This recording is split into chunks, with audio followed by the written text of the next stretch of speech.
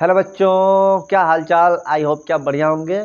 तो मैं आज आपके लिए लाया हूँ एक खूबसूरत सा लेक्चर जो कि फिजिक्स का होगा और वो होगा इलेक्ट्रिक करंट यानी कि विद्युत धारा से।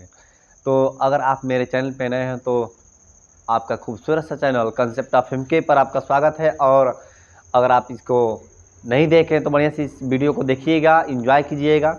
और जो चैनल सब्सक्राइब करने की बातें होंगी तो वीडियो देखने के बाद जहाँ कि आप जानते हैं। चलिए हम देर ना करते हुए थोड़ा समय का अभाव होने के कारण मैं पहले से क्या कर लिया हूँ, लिख लिया हूँ। और इसी को हम लोग क्या करते हैं, देखते हैं, ठीक है ना। सबसे पहली बात कि हम लोग देखते हैं कि वैद्युत सेल क्या होता है। उसका नेक्स्ट टॉपिक है वैद्युत सेल, ठीक है। वैद्युत सेल क्या होता है तो देखिए, जहाँ तक हम बात करते हैं तो विद्युत ऊर्जा प्राप्त करने के हम लोग को बहुत सारे तौर तरीकों को देखे थे, जिसमें से बहुत सारा ऐसा था कि हम लोग मतलब काफ़ी हम लोग यूज में उसको कर सकते हैं ना। जैसे मान लीजिए पवन चक्की से पवन ऊर्जा था, सब ऊर्जा के स्रोत थे। लेकिन उसी प्रकार से हम लोग कहते हैं कि भाई वैद्युत सेल, तो वैद्युत ऊर्जा, ध्यान समझिएगा, वैद्युत ऊर्जा अगर जहाँ से हम लोग प्राप्त करते हैं, यानी क्या चीज़, वैद्युत ऊर्जा, वैद्युत ऊर्जा है ना, वैद्युत ऊर्जा हम लोग कहाँ से प्राप्त कर सकते हैं, ध्यान से सुनिए। वैद्युत ऊर्जा 3 जगहों से प्राप्त हो सकता है। पहला है वैद्युत सेल, पहला है वैद्युत सेल, दूसरा का है बैटरी और तीसरा का है प्रत्यावर्ती स्रोत।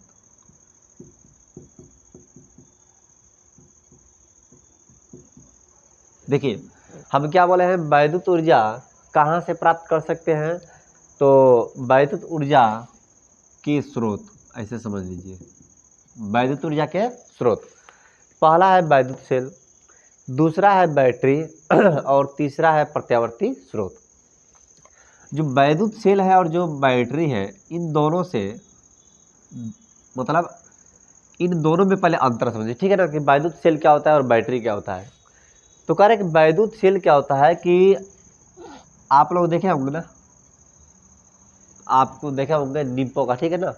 तो कह रहे कि इसमें 2 प्लेट होते हैं, एक पर प्लस आवेश होता है और एक पर माइनस आवेश होता है। यही क्या हो गया, हमारा वैद्युत सेल हो गया, ठीक है।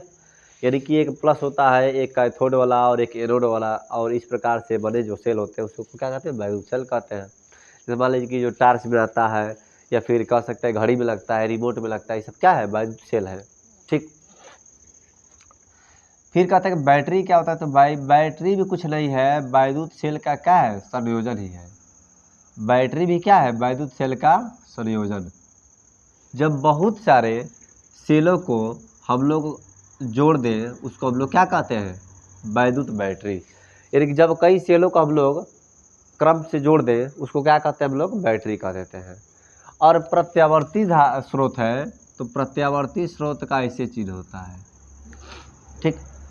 प्रत्यावर्ती स्रोत का ऐसे चिन्ह होता है।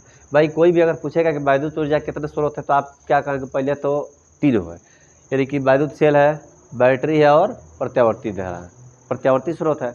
तो जो वैद्युत सेल है ये क्या एकदम सबसे छोटा से छोटा इकाई है। इसका मतलब कि 2 प्लेट रहता है, एगो प्लस का एगो माइनस का, और प्लस वाले पे यानी कि उच्च भी हो रहता है, माइनस वाले में लो वोल्टेज रहता है ना, ठीक।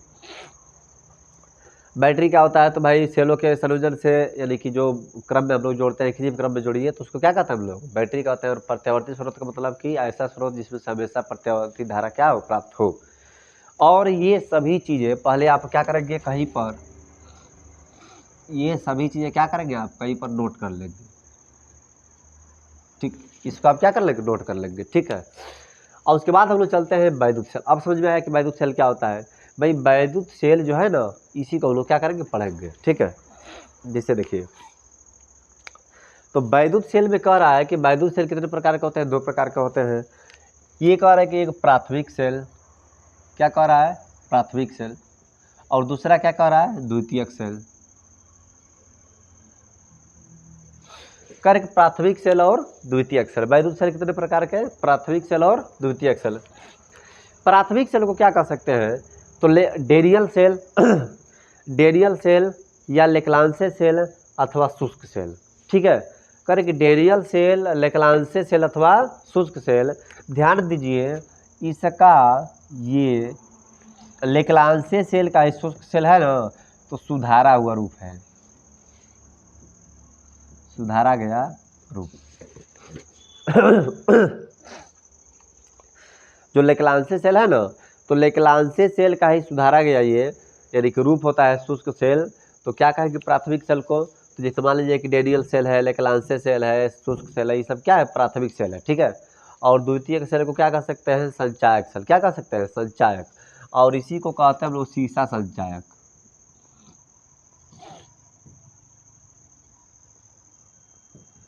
सीसा संचायक सेल, यानी कि देखिए द्वितीयक सेल को संचायक अथवा सीसा संचायक सेल, और प्राथमिक सेल को क्या कहते हैं हम लोग, तो डेनियल सेल, लेक्लांसे सेल अथवा शुष्क सेल। तो लेक्लांसे सेल का क्या है सुधारा गया रूप होता है, ठीक है। अब देखिए इसमें सबसे महत्वपूर्ण बात तो ये है कि जो आपका जो प्राथमिक सेल है उसको मतलब सबसे पहले तो क्या कर रहा है कि रासायनिक ऊर्जा होता है। जैसे आप सेल वोल देखे होंगे ना, तो पहले सांपट यानी कि पटराई से लिपने के लिए आता था ना काला चीज़, जिसे सेलवा को ऐसे फोड़ते थे ना हम लोग, तो उसमें से क्या होता था काला पदार्थ निकलता था कार्बन वाला, और वो आपका रसायन पदार्थ है, क्या है रसायन है, और उसी से हम लोग क्या मिलता था वैद्युत ऊर्जा मिलता था। यानी कि जैसे सेल है, ऐसे पर समझ लीजिए कि सेल है, सेल के भीतर क्या है सब काला मटेरियल है, जैसे मान लीजिए कार्बन है, सब है ना, तो वो रसायन पदार्थ है, और रसायन पदार्थ से हमको क्या मिलता है विद्युत धारा मिलता है, तब ना हम लोग का टार्च वार्च जलता था। तो रासायनिक ऊर्जा से क्या मिलेगा वैद्युत ऊर्जा, किसके द्वारा प्राथमिक सेल के द्वारा, यदि सेल के द्वारा क्या मिलेगा रासायनिक ऊर्जा से वैद्युत ऊर्जा। फिर कह रहा है कि पुनः आवेशित नहीं किया जा सकता है, और जो आपका प्राथमिक सेल है ना इसको पुनः हम लोग आवेशित नहीं कर सकते हैं, जो प्राथमिक सेल है उसको क्या कर सकते हैं पुनः आवेशित हम लोग नहीं कर सकते हैं। फिर कह रहा है कि प्रयोगशाला में अधिकतर लेक्लांसी सेल का प्रयोग होता है, यानी कि ध्यान दीजिएगा जो प्रयोगशाला में ना अधिकतर क्या है लेक्लांसी सेल, प्रयोगशाला में अधिकतर कौन सा सेल का प्रयोग किया जाता है लेक्लांसी सेल का। अब आते हैं हम लोग इधर कर कि द्वितीय जो सेल है यानी कि जिसको कहते हैं सीसा संचायक अथवा संचायक सेल, तो कह रहे कि पहले तो ध्यान समझिए जैसे मान लीजिए इन्वर्टर बैटरी है ना इन्वर्टर वाला, तो उसको क्या करता है कि सबसे पहले चार्ज करते हैं, यानी कि बाह्य वैद्युत से, यानी जैसे मान लीजिए कि आई एसी वाला है, एसी यानी कि एसी कुछ भी समझ लीजिए, यानी कि बाहरी रूप से पहले वैद्युत ऊर्जा आएगा, यानी कि जैसे बैटरी है बाहर से हम लोग चार्ज कर लिए, तो उसका स्रोत बाहर था ना, तो बाहर से हम लोग क्या कर रहे हैं कि वैद्युत स्रोत से है, यानी कि अब उसको पहले जैसे समझिए जैसे ये है आपका एक बाहरी ऊर्जा, लाइट आउट होता है घरों में, उससे हम लोग क्या करते हैं बैटरी को चार्ज करते हैं, ये हो गया आपका बैटरी, और उसके बाद में हम लोग क्या करते हैं इससे अब दूसरा हम लोग चलाते हैं, ठीक है।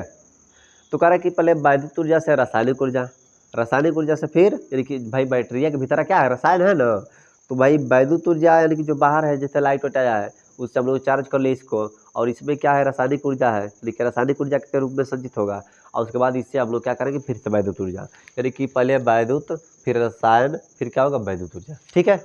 चलिए करें कि इसको पुनः आवेशित किया जा सकता है, यानी जो भी बैटरी हम लोग लेते हैं आजकल जो भी आ रहा है उसको तो हम लोग बार बार चार्ज कर सकते हैं ना। अगर ऐसा रहता है कि मोबाइलिया में ऐसे सेल लगता है, ठीक है ना, तो कौन ज़्यादा मोबाइल चलेबे ना करता है, क्योंकि उसको बार बार सेल को क्या करना पड़ता है खरीदना पड़ता है। इसमें क्या है कि मैं एक बार चार्ज कर दिया मैं चल रहा है फिर ख़त्म हो गया, फिर चार्ज में खोस के बहुत सारा ऐसा है ना कंजास, अच्छा कंजास नहीं भैया सॉरी, कर बहुत सारा ऐसा क्या है पगलेट है, कुछ नहीं क्या कि जाने दीजिए, बहुत सारे ऐसे पगलेट है ना कि वो मोबाइलिया को चार्ज से खोसे का ऐसे उसके बाद ऐसे चलाता रहता है।